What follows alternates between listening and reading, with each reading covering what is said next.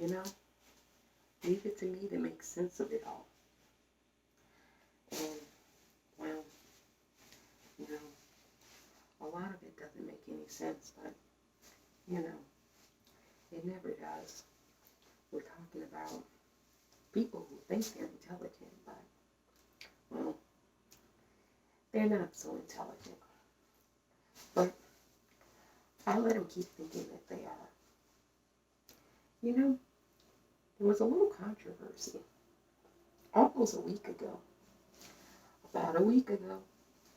Well, not yet exactly, but almost a week ago. And it involved the United Kingdom, Great Britain, England. You know, so many names for that place. And it involved the United States of America. And, well, you know, it involved our trusted friend, our dearly departed ally. You know, the one we had a whole, revolution to separate from. You know, special friends. It's like a marriage. It doesn't work out. And you go and file a divorce. And you're sitting there both talking with the lawyer. And everybody's agreeing to everything. And then you walk out the door. And one turns to the other and says, you know, while I agree with everything in that divorce proceeding, I'm still not going to abide by it. That's England in America, or Great Britain in the United States, or the United Kingdom in the United States. That's our special friendship in a nutshell. You know, let's talk about how it happened. Just a little bit. We don't want to go into all the nitty-gritty. That takes too much time. Too much bad blood, so to speak. But anyway, you know, the Purple People's Eye would love to take credit for this. Would love to say it was the Purple people that did it. But as a somewhat bad historian, I gotta be honest. I gotta, you know, tell the truth. Because not too many people like to be honest. They'll tell their truth, but not the truth. You know, in order to found this nation, I wanted to say great, but we're not quite there yet. In order to found this nation, the first revolutionary that gave their blood for the soil, you know, for the colonization of the land, happened to be a black man by the name of Atticus Christie. You know, I'm not sure if they tell you that in the current American history lessons. They're pretty Europeanized. We don't like to tell kids the truth. We tell them our truth, you know, the European style. But anyway, I digress, because this is quite important.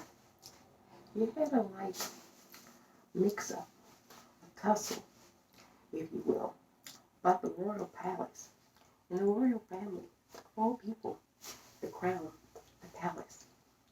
And it went something like this. Apparently, somebody, you know, not just somebody, the royal family, you know, one of the family members married a woman who identifies as being black. And, well, she gave an interview, and she accused the royal family of a little bit of racism, you know. And, boy, did that send ripple effects across the pond. Shockwaves, I tell you. Everybody's still in shock about it. Well, except for the Purple People's Eye, who's like, what's surprising? What's the news there? What's shocking? What's really jolting the whole thing? The Purple People's Eye doesn't believe anything is jolting the thing. Not shocking. Didn't send any ripples to me. You know, it's not newsworthy. If anything, it's old news. It's predated news. It's news that you can go into any library and pick up a book and find out about. You wouldn't even have in America if we didn't leave the place that she was criticizing. You do know that, right? Some people don't. Some people only know history from their point of view, their experience. Their environment shapes their history. And so history is what's happened to them and not actually what's happening collectively. And that's a real problem. That's a real issue. And it's a daunting issue to combat because in order to combat it, people's feelings, well, their feelings are going to invariably be hurt. Because, well, I think it was that old movie where the gentleman shouted, "You can't handle the truth." And that's no truer words have ever been said. A lot of people can't handle the truth. It's difficult. It's very hard. And one of those individuals in question, well, her name happens to be Candace Owens. Yeah, the conservative commentator, Candace Owens. You know, she came out and she's continuously attacked the person who leveled the claim against the crown, against the royal family, that they're racist. And, you know, she happens to be a conservative. And oftentimes, or nowadays, conservatives stand for, well, predated, you know, almost extinct theories, ideas, and ideologies. You know, the people who are conservative, they're very isolationist. They don't want anybody else coming into America. We should close the doors to America. You know, we got enough people now. Well, okay, let's close the doors. Let's not be welcoming anymore. We've got enough immigrants. We've got to take care of the immigrants that are already here, is the thinking.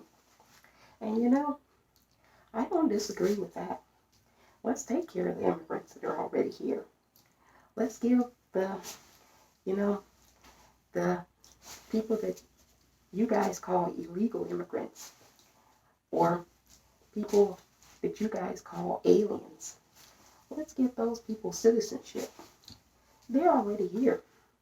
They've been here for a long period of time. They've shown that they're very productive. They go to college. They serve in our military. They work in our workforce. They do the jobs that none of us really want to do anymore. And let's give them citizenship. They're already here. They're immigrants. You know, they're the type of immigrants that are just like you. I mean, at some point you came over here too, because the only people that didn't, well, those were the First Nation people. Those are the people whose lands you kind of colonized and occupied. And at one point, you do know that Texas and California, that was Mexico. So technically, when they come across the border, they're only visiting their homes, their old places where they used to live, where their descendants and ancestors used to live. They're coming back. And I say welcome them in with open arms. You know, there's North America, there's Central America, and then there's South America. We're a giant continent. It's called the continent of the Americas. And so when your neighbors to the north come in, it doesn't seem like we have all this hoopla. I wonder why. And then when our neighbors to the south come in, well, we get a lot of hoopla. But we don't mind in Central America going up north or going down south. We go up north for business. We go down south for pleasure. But then when the south comes up, we give them the riot act. We tell them, you're trespassing. You're here illegally. Well, I didn't mean for this to get into immigration, but that's just some of how the conservatives think. You know, their thinking is sort of kind of Neanderthal thinking. But I digress. You've got Candace Owens defending the royal family, the crown, the principle, well, the principles that we fought a whole big American Revolution to separate from. You know, it's kind of odd that the people that adhere and love the founding fathers, now they're defending the royal crown, the British monarchy. You know, the irony, it's left on me. You know, this is what happens when you're not a nationalist, but you're really a white supremacist. And you're masking too. You're trying to deflect. You're trying to overt. You're trying to deceive. Because see, you know, which hierarchy and which one goes atop? Well, nowadays, if you listen to the conservatives, white supremacy should be on top of nationalism and not the other way around. And that I have a problem with. Because if we're gonna put a label on top of the hierarchy, a label that has to do with race and ethnicity, well, you are the ones that really did all the real work to found the country.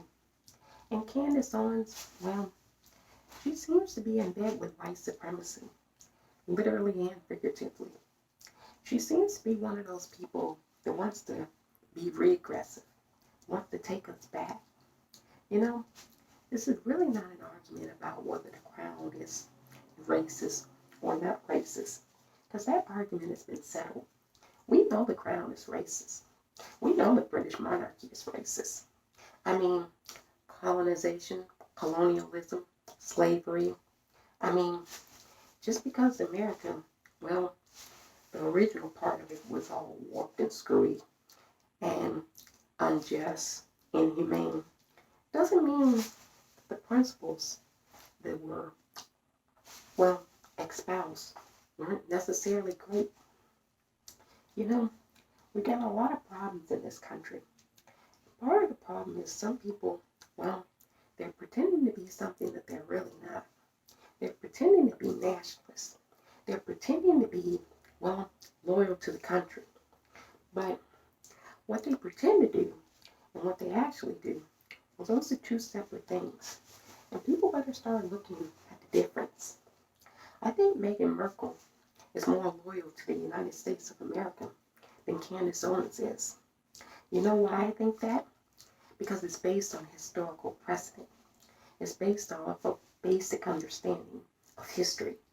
Our history as Americans and their history as British. You know, before you say something, or before you take an opinion or a side, you should have a critical analysis of what you're actually giving your opinion about. Mine is based on reality, things that have happened. What's yours based on? Your heritage? Your supremacy notions? Well, if that's the case, then don't come complaining when the whole thing crumbles down. Because it won't be the purple people's house fault. No, that'll be your racist fault.